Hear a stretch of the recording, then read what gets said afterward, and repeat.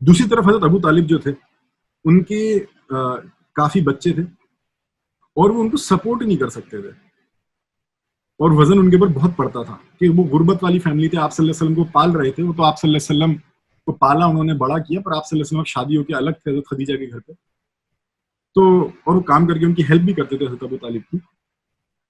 اور آپ صلی اللہ علیہ وسلم کو اس پوائنٹ پہ لگا کہ جب دیکھا کہ اور فائنینشیل کنڈیشن ان کی خراب ہو رہی ہے حضرت ابو طالب کی، تو ان کو ایک ذمہ داری کا احساس آیا آپ صلی اللہ علیہ وسلم کو. اب حضرت ابو طالب کے جو سب سے امیر بھائی تھے وہ ابو لہب تھے، پر وہ باقی بھائیوں سے تھوڑا الگ رہتے تھے، الگ کٹ کے رہتے تھے، کیونکہ ایکچولی ان کی ماں ایک نہیں تھی.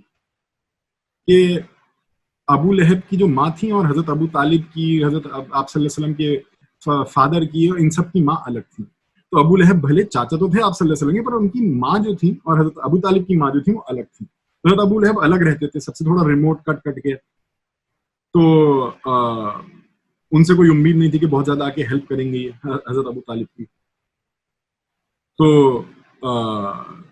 آپ صلی اللہ علیہ وسلم نے پریفر کیا، حضرت ابو لہب کو تو پریفر نہیں کیا، وہ حضرت عباس کے پاس گئے کہ وہ افورڈ کر سکتے تھے کہ کچھ خیال کر سکیں، وہ تھوڑا ان کا بزنس ٹھیک ٹھاک چلتا تھا اور وہ قریب بھی تھے آپ صلی اللہ علیہ وسلم کے حضرت ابو طالب کے.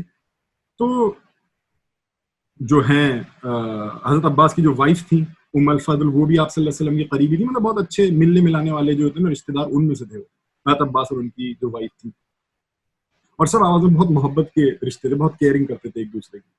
تو آپ صلی اللہ علیہ وسلم گئے حضرت عباس کے گھر اور انہوں نے کہا کہ کنڈیشن بتائی حضرت ابو طالب کی، اور انہوں نے کہا دیکھیے ہماری ڈیوٹی بنتی ہے، آپ کے بھائی ہیں، میرے چاچا ہیں، میرے ابا کی طرح سے ہیں وہ، اور ہماری ڈیوٹی بنتی ہے تو ہم حضرت ابو طالب کے کچھ بچوں کی ذمہ داری ہم اٹھا لیں، آپ کسی کو اٹھا لیجیے، میں کسی کو اٹھا لیتا ہوں. تو حضرت عباس نے اس پہ اگری کیا. حضرت ابو طالب کے پاس گیا، انہوں نے کہا کہ میرے پاس بس عاقل اور طالب کو چھوڑ دو، طالب بڑے بھائی بڑے بیٹے، عاقل ان کے بعد، طالب اور عاقل کو چھوڑ دو، اور باقی جو تھے جیسے جعفر تھے اور حضرت علی تھے، ان کو جو تم کرنا چاہو کر لو، ان کو اگر مدد کرنا چاہو مطلب کہ جو لے جانا چاہتا ہے، سپورٹ کرنا چاہتا ہے، کر دے میری مدد. تو جو ہے جعفر جو ہیں وہ حضرت عباس کے اس میں آئے کہ ٹھیک ہے، حضرت عباس نے بولا ٹھیک ہے جعفر کا دھیان میں رکھوں گا. وہ 15 سال کے تھے، اور حضرت علی جو تھے وہ چھوٹے تھے، ان کی ذمہ داری آپ صلی اللہ علیہ وسلم نے اٹھا لی. تو جو ہے اسی ٹائم جب وہ حضرت علی کا لے رہے تھے کہ ذمہ داری، اسی ٹائم اس سے کچھ ٹائم پہلے ہی آپ صلی اللہ علیہ وسلم کو دوبارہ جو ہے بیٹے ہوئے تھے. ایک اس میں آتا ہے جن کا نام انہوں نے عبداللہ رکھا تھا، اور ان کا انتقال ہو گیا تھا. ایک رپورٹ میں جہاں پہ آتا ہے کہ ان کا برتھ ہوا تھا، دوسری رپورٹ میں بعد میں آتا ہے وہی کے بعد، پر اللہ بہتر جانے. بہرحال تو حضرت علی جو ہیں وہ سمجھیے فیملی کا حصہ بن گئے، اور وہ حضرت زینب، حضرت ام کلثوم، حضرت رقیہ، حضرت فاطمہ رضی اللہ تعالی جو ہیں ان کے ساتھ رہنے لگے، ان کے ساتھ پلنے بڑھنے لگے. ان کے اور بھی کئی ریلیٹیوز تھے آپ صلی اللہ علیہ وسلم کے جو آتے جاتے رہتے تھے آپ صلی اللہ علیہ وسلم کے پاس. ان میں سے ایک ابو سفیان تھے. ابو سفیان جو ہیں یہ وہ نہیں ہیں جو مکہ کے لیڈر بنے. ابو سفیان جو ہیں یہ دوسرے ہیں. آپ صلی اللہ علیہ وسلم کے سب سے بڑے چاچا جو تھے ان کا نام تھا حریث، اور ان کا انتقال ہو گیا تھا، تو ان کے ایک بیٹے تھے حضرت ابو سفیان.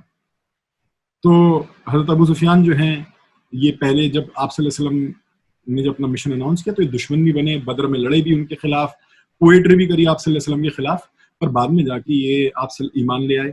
اور جو واقعہ آتا ہے کہ حنین کی جنگ میں کہ سب لوگ چھوڑ کے چلے گئے تھے آپ صلی اللہ علیہ وسلم کے جو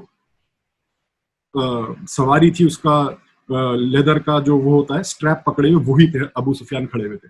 تو کئی لوگ مس کنفیوز ہو جاتے ہیں کیونکہ کئی بار سیرتوں میں صرف نام لکھا ہوتا ہے ابو سفیان، پر جو لیڈر تھے مکے کے ابو سفیان، جن کی وائف ہند تھی، جنہوں نے ایک غلام کو پیسے دے کے حضرت حمزہ کو شہید کروایا تھا، یہ ان ابو سفیان کی بات نہیں ہو رہی ہے. وہ ابو سفیان حرب قبیلے کے تھے، اور یہ ابو سفیان حریث کے بیٹے ابو سفیان تھے. تو ان سے بھی آپ صلی اللہ علیہ وسلم کی اچھی دوستی تھی اور ایک کمپینین شپ بن رہی تھی، بھلے بعد میں اگینسٹ ہو گئے تھے ان کے. تو جو ہے اور بھی کئی لوگ تھے, میں اس ڈیٹیل میں نہیں جا رہا کہ آپ صلی اللہ علیہ وسلم کے کلوز, پر سمجھیے یہ ایک انر سرکل تھا آپ صلی اللہ علیہ وسلم.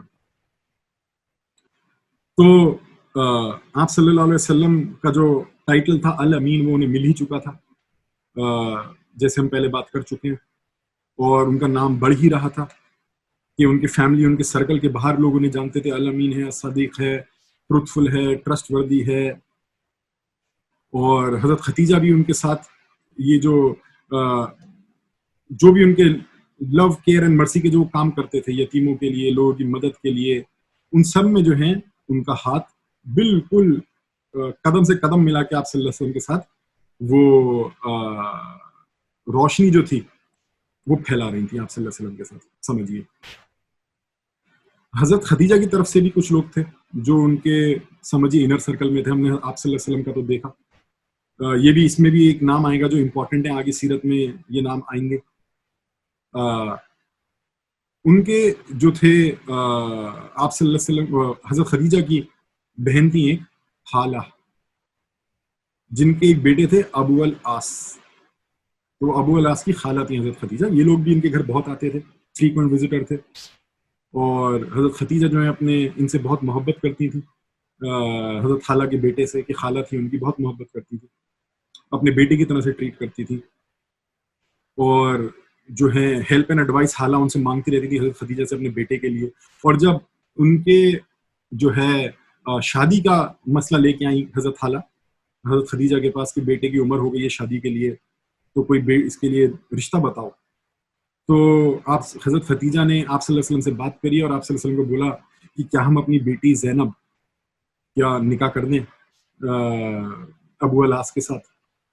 تو جو ہے آپ صلی اللہ علیہ وسلم نے اگری کیا کہ ٹھیک ہے کر دو, اور حضرت زینب کی ابو العاص کے ساتھ جو ہے سمجھیے نکاح ہوا, پھر شادی ہوئی.